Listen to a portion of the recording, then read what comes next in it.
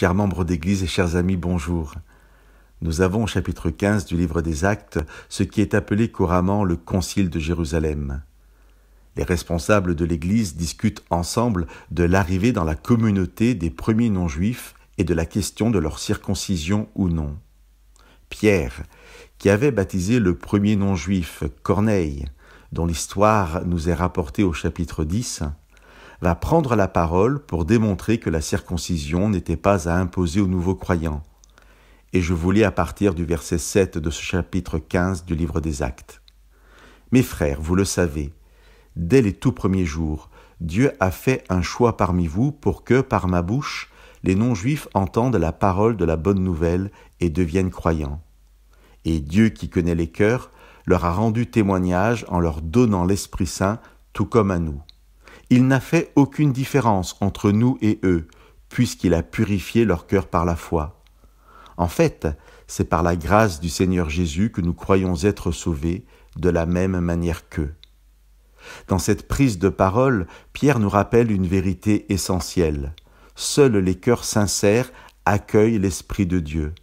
Et pour autant, l'Esprit Saint ne vient pas dans des cœurs purs, mais il purifie les cœurs qui l'habitent.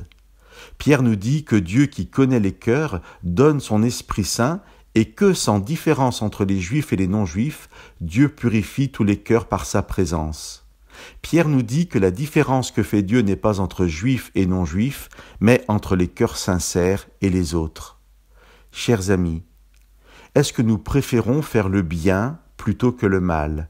Et est-ce que nous voulons aimer Dieu ? Je pense que chacun peut répondre honnêtement à cette question. La question n'est pas de savoir si nous réussissons toujours cela, mais si honnêtement cela est notre objectif. Si c'est le cas, Dieu qui connaît les cœurs vient vivre en nous, non pas parce que nous sommes bons, mais parce que nous avons le désir d'être aimants. Dieu vient alors vivre en nous pour que nous puissions être hommes et femmes selon sa volonté et sa bienveillance. Ce concile de Jérusalem n'imposera donc pas la circoncision aux non-juifs devenus chrétiens, parce que Pierre rappelle que l'Esprit Saint en chacun vient circoncire les cœurs, les transformant selon sa volonté. Nous savons tous si nous voulons aimer. Ce que nous croisons est Dieu. Si c'est le cas, soyons dans la joie, car la parole nous rappelle aujourd'hui que la grâce de Dieu vient alors purifier nos cœurs et habiter en chacun de nous. Que Dieu vous bénisse.